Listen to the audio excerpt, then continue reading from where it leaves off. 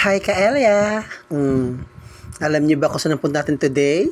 Well, heto nga pala mga kaibigan natin driver Wow! for today's video at pupunta nga tayo ng Barangay Bangad para nga po tayo ay mag-live video sa kasal po ng aking pamangkin na si John Reese at si Diana na magiging isa ng ganap na Villa Flor. Let's go naman Kaelia tayo magpunta na at baka tayo ay tanghaliin pa. By the way mga Kaelia, ang ating pong driver ay taga Barangay Kaipita at ito po ay side din po ng Barangay Kaipita na ating dinadaanan ngayon.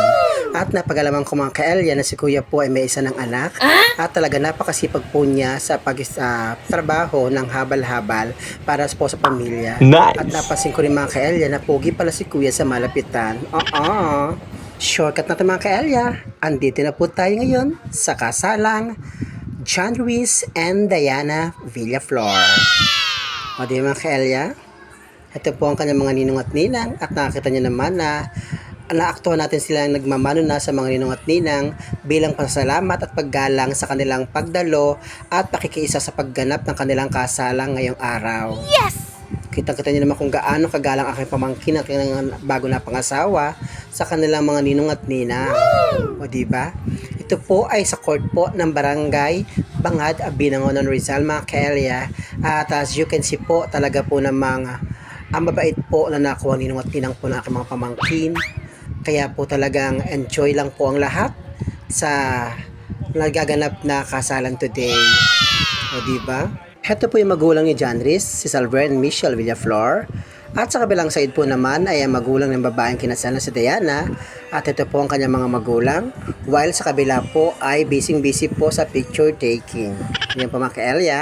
At ito po naman ang aking kapatid na Sir Marky Villaflor, Sir Chloe Villaflor. At ang katabi ko na ni Anselma Discotido. At sa likod ko pala naroon po pala si Kuya Nelson at saka si Ma'am Candelaria.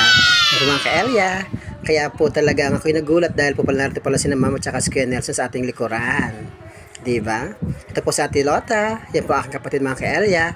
Yan po ang pangalawa sa aking mga kapatid na talaga namang pinapil sa pagsiserve ng mga pagkain sa mga dumalo dito nga po sa kasaling today. Yes! At ito po mga Kaelia, kitang-kita nyo naman busy na sa pagkain po ang lahat po ng dumalo sa kasalang John Reese and Diana. At ito po ang kanilang cake mga Kaelia. Kung makikita nyo, simple man po pero napakaganda po ng pagkaka-prepare ng kanilang cake. At heto pa po ang ilan sa mga bisita today sa kasalang John Reese and Diana mga Kaelia. As you can see po, ito po ay magkahalo na sa mesa po ang mga taga-barangay Bumbong at ilan po sa mga taga-barangay Bangad na bisita po ng bagong kasal.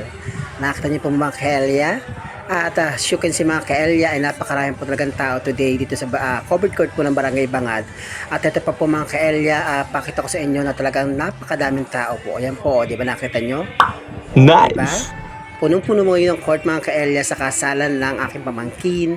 At halika Kaelia, sama ka at pakita ko sa iyo para maniwala ka talaga nga busy na nga po sa pagkain po ang lahat po ng bisita ng kinasal.